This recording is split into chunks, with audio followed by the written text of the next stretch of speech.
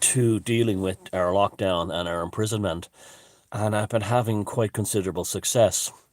Mainly because as I've been doing it more, I've been refining it more. Now, last night I couldn't sleep, so I spent 3 or 4 hours targeting academic groups in Ireland and message boards. When I say academic, I mean like university, alma mater boards and faculty boards and that kind of thing, and message boards that are publicly accessible using a fake account, of course. Now, don't ask me where they are because you know to be shills to be immediately be jumping over there or watching my videos and say, don't pay attention, this is the setup. But so don't ask me where they are, or where the messages are. Don't make your own. But anyway, what I've been doing was I've learned there's different horses for different courses, right? So if you're dealing with a mainstream newspaper type thing, you can be a bit more kind of out there and hysterical. So close to like where it's obvious that it's trolling, but they're so stupid most people today that they can't tell. And so like I said, I've been asked. I demanded summary executions of people who took place in the protest in Dublin the other day, and quite a few thumbed it up thinking it was real, and another one, that kind of thing. Now there's a for instance, like it's like the whole thing a few years back when they had this thing like Islam is right about women, and the feminists didn't know how to answer it. It's that kind of bamboozling we're after. But in terms of the mass of the normies, the average normies, we've got to make them see Sweden as the new promised land, the new America. You know the way in the last century, in the 1800s, 2 centuries back, uh, so many Europeans saw America as the land of freedom and opportunity from oppression and kings and wars and poverty. Well, we've got to make countries that are locked down see Sweden as the land of freedom from COVID lockdowns. And it's no use posting all these stats about Sweden because they'll just jump in. And you can just post something very casually like, oh, and meanwhile, my cousin lives in Gothenburg and they went out for beer and pizza last night as normal. What the hell's going on? And that's all I have to say. Now, don't get very important. You don't get into defending your thing. Just plant the seed and go.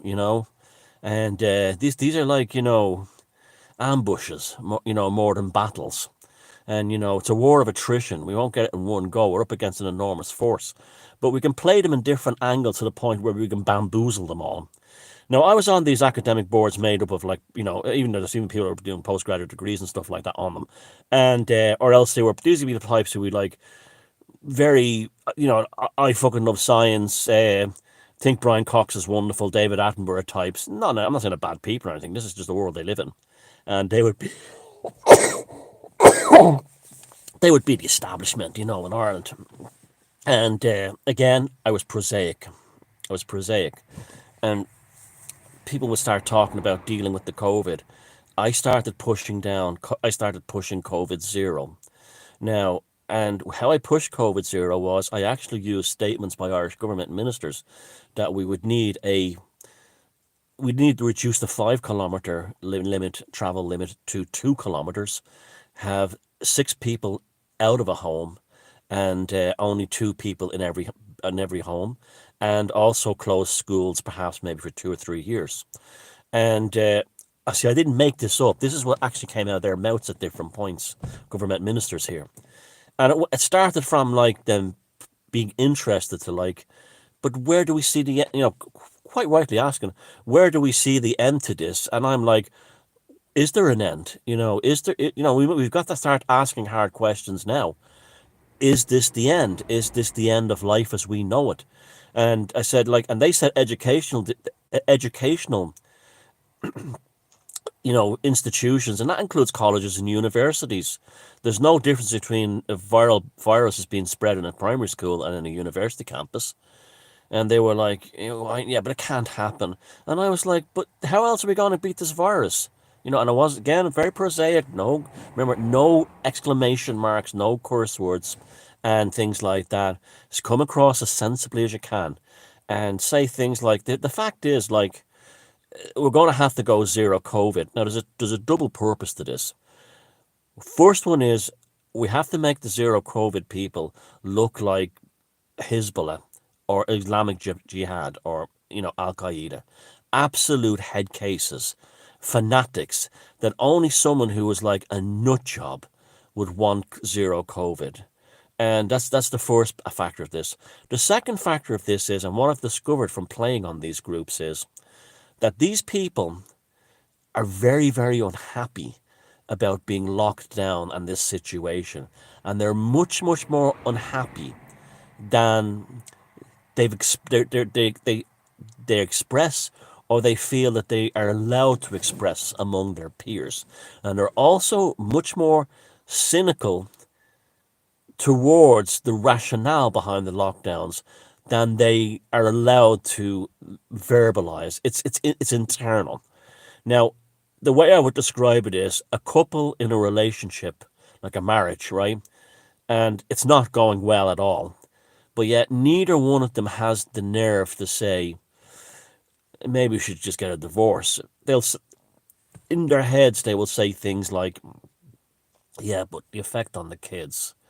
Oh, we just bought a house and they're mortgaged up to the tits. Oh, the insurance thing, and will he look after me? Oh, will I find somebody else? I'm in my late 40s now. These are the things that go through the head that they kind of use to stop them from getting a divorce. And until one of them says one day at breakfast out of the blue, I think we should get a divorce. The other one looks shocked for a second, and then there's an enormous sense of relief. Well, this is where they are. The educated and intelligent people in society are literally, although they'll never admit it publicly, I could tell, I could fucking taste it. That's where they are right now. They're ready, they're extremely unhappy inside, and they just want all this to end. But because of peer pressure among their social class and social status and, their peers, they, they don't want to actually come out and say it. So this is where we become their peers who say it for them.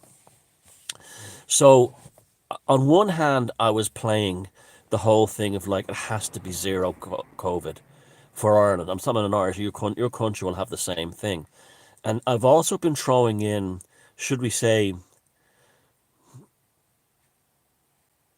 little effects. Like I've been saying, are we going to actually, we either have to accept that people like Professor Nuke ONeill are absolutely right about this, or he's absolutely wrong. And I believe he's absolutely right. And we're looking at things like zero COVID, wearing masks at home, kids not going to school, all universities being closed down for 2 or 3 years, and this kind of thing. Now they would have seen ONeill as a kind of an infallible creature, a harmless guy with his guitar. But now they're like saying, should one guy really have wield all that power in the media and government? On top of that, I after I put that thing out there that the reason why he plays his guitar all the time is he's mocking all those out of work musicians, artists, actors, and performers and comics that he's put out of business with his fatwa. Basically, that's basically what Professor Luke ONeill does. Is sits in the immunology department of of Trinity College Dublin and issue scientific fatwas, and the media and the government pick up on them. Now, as soon as that was out there, and I saw a musician saying, "I'm sick of this fucker with his guitar, and I can't go and play." The story appears where someone attacked him on Grafton Street, an anti-vaxxer. Whether that's true or not, I don't know. Attack could have been saying, "Get your fucking idiot." Maybe some guy can't in a band who can't play a gig. It could have been that could have been the attack, for all we know. I don't know the particulars. I'm just speculating here. But he's a public figure. He puts the stuff out there, and so it's there for examination. Just like his behavior with his guitar when thousands of musicians, actors, performers, and stand-up comics around Ireland were out of work while he's on the television going, "Look at me, I'm the last rocker in Ireland." And suddenly that changed the whole dynamic on him and his guitar. That's a classic example of how you do it. Now, but you don't attack him personally. You don't. You just say, well, like, I mean, does anyone else find uncomfortable the fact that he's like playing the last rocker in Ireland when every band is put out of business? That's how you do it. Now, I don't care if you're watching this, Mr. O'Neill. I just don't care. And, you have your world, I have mine. And, there may not be, all your wealthy friends and professor friends and tenured professors on 500,000 a year at Trinity may not be on the verge of suicide now. But I know, a plumber up the road who is. So, this is your world, here's mine, and here's ours. Society is multifaceted. So get used to opinions that are outside, the Georgian Dublin coffee and wine club circuit of you know academia. There's other worlds out there. Now, on these groups again, so basically the thing is I've been taking them to the place they don't want to go. And the place they don't want to go is COVID lockdown forever. And this is now becoming a terrifying reality for them. Because it was like Oscar Wilde, the love that dare not speak its name, the outcome that dare not speak its name. You see, they've been getting away with all this because they've been always promising 2 weeks to the lockdown, we'll be done by summer, we'll be okay by Christmas, we'll be back by Patrick's Day, and that keeps people going on. It's like a battered wife syndrome, and it's obvious by now that they've no intention of ending this. And as soon as May 1st comes along, they might say something like, well, we have to continue on till, Christmas, but we'll let you go 7 kilometers instead of 5. And the saying that people will complain, go, I'm not putting up with this, I'm going mad, but they will. But the thing is to demolish the psychic foundation behind the rationale for the lockdown. So therefore, by creating this concept of Sweden as the promised land, you have people think of like, gosh, wouldn't it be great if we were Sweden? Well, next thing you know, we're one step closer to becoming Sweden. And they will say things like, well, 12,000 have died there, and they're a much higher percentage rates than the rest of Scandinavia. But at the same time, too, they have their economy, they have their freedom, and how many people who've died of it were going to be dead anyway, this kind of thing. And then they say, oh, it's okay for you, if one of your loved ones doesn't die of it. I'm sorry, mate, there's loved ones of all of us dying of cancer, AIDS, HIV, diabetes, motor neuron disease. They're all dying of lots of things. Why is this the special disease du jour? And so you can, but again, don't get into conversation about it. Don't just ignore them. Just ignore them. Just move on to the next person and work on them. And you'd be surprised how much success you have. Because I'll tell you how I know I'm having success. On these threads, the threads would go from kind of not aggressive, but argue with me robustly, and respectfully, to stop arguing with me. And not because they were saying, I'm losing this argument or I'm sick of this. It was like they literally needed to go at the back and smoke a cigarette and go, fucking hell, is this really COVID zero? So I took them to the place they didn't want to go. Now, there's other things too. Like I said yesterday, jokingly I said that, but you could do it. You could go onto like these white liberal progressive type groups, these woke groups, and say things like people of color shouldn't have to wear masks because it reminds them of what their ancestors went through with slavery. Now, of course, don't do it to black people, of course, and it also should be a choice, and you shouldn't affect health policy. But put that out there because they're stupid enough to run with it. They're stupid enough. Another one I said was, and you could go into like a feminist group and say, I was against the way Islam wrapped women up and put them under the burqa and stuff like that. But since I've been wearing the mask, I feel a great affinity for Islam. And maybe this is the future for all of us. And you could also play a man saying, put yourself in the place of one of these jealous like losers who like, no one looks at my woman, those types, and say something like, well, I'm glad my woman wears the mask because, she's a good looking bird and fellas aren't looking at her anymore. So I don't, she knows our place now. You see, there's loads of angles you can play. But what you do is you play You bring them to their greatest fears. You bring them to their greatest fears. And then when you bring them to their greatest fear, which is COVID zero, and no end to the lockdowns, you liberate them from the peer pressure and the social shackles of having to maintain the respectable orthodoxy in order to keep this scam going. Now, again, when they say, "Well, what's the alternative?" You just say the Swedish model, and then let's say you get the usual, "Oh, 12,000 died more," but just ignore, just say the Swedish model, and then move on. What happened? They did it right in Sweden. It wasn't perfect, but they did it. They've got their country going, and it's that simple. Now it's that locked down forever, and the thing is that we have to make it sound like, the biggest head cases on the journal.ie or whatever your papers in England or America are, or other countries who are like, "You're not going to kill my granny." Oh, the real ones who are screaming their heads off and living in terror with the orcs with the mask on and the fucking face and the eyeball here, those types. We have to make it sound like they are the bedrock of COVID zero, and therefore COVID zero appeals to extremely dangerous people who want us locked down forever. And anyone who associates in any way with COVID zero is on par with Hamas or Islamic Jihad, Hezbollah, the Barda Meinhof, this kind of thing, like a terrorist group, and have the two associated, couple it with that. So therefore, we want people by next week going, "This COVID zero bunch are a share of fucking nutcases." Do you see what they want now? They want to reduce the limit to 2 kilometers.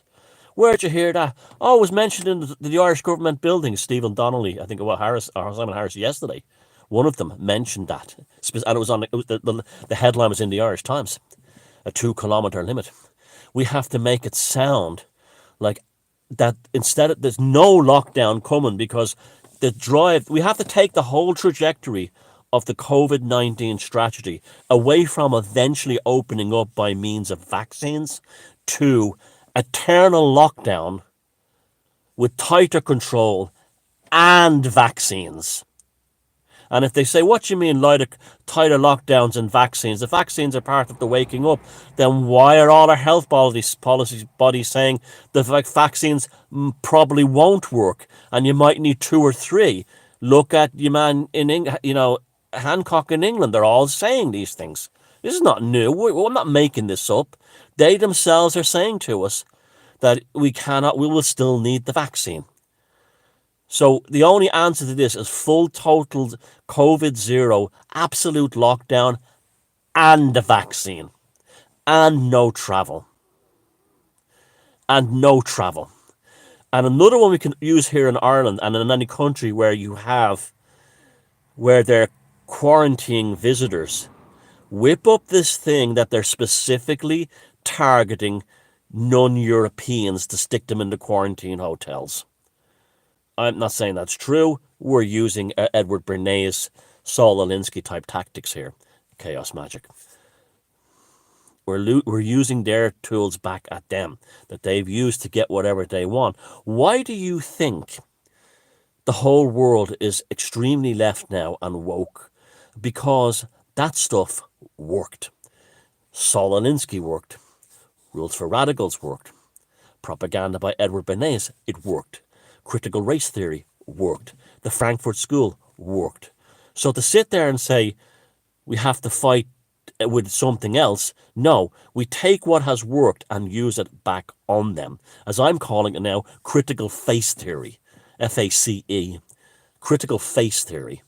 And this is the method from which we undermine the psychological and psychic foundation which is keeping this thing going. You understand? I think we're ultimately doing politicians and public health bodies a favour, because I don't think they know how to get out of this themselves now.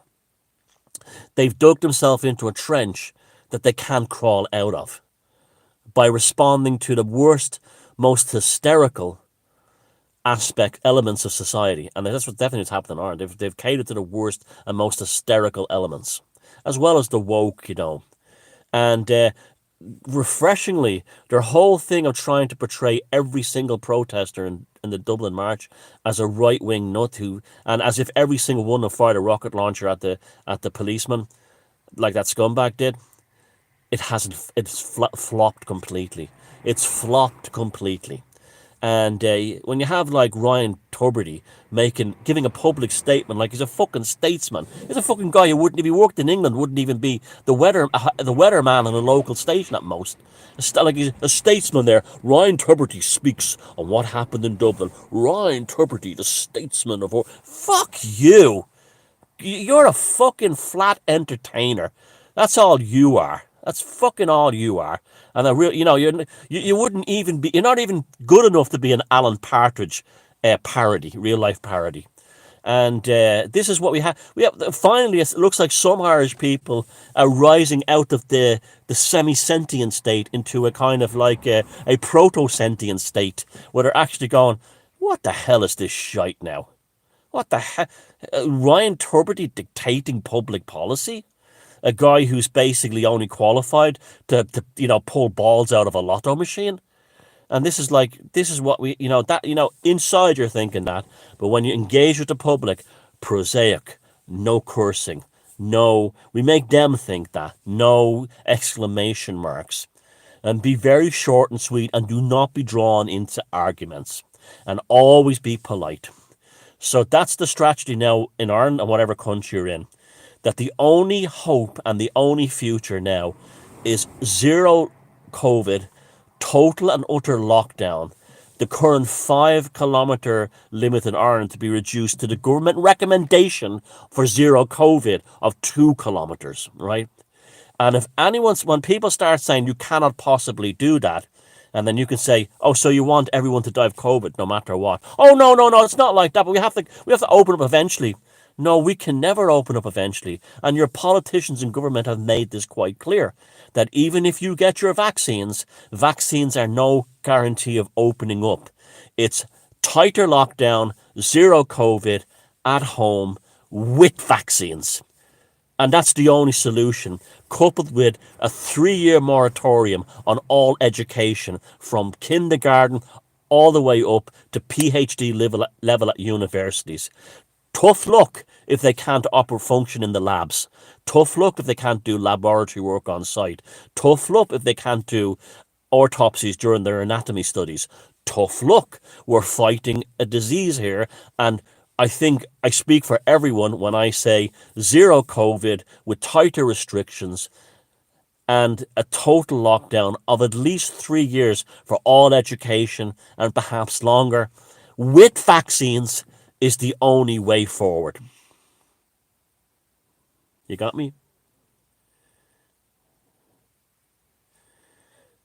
It works.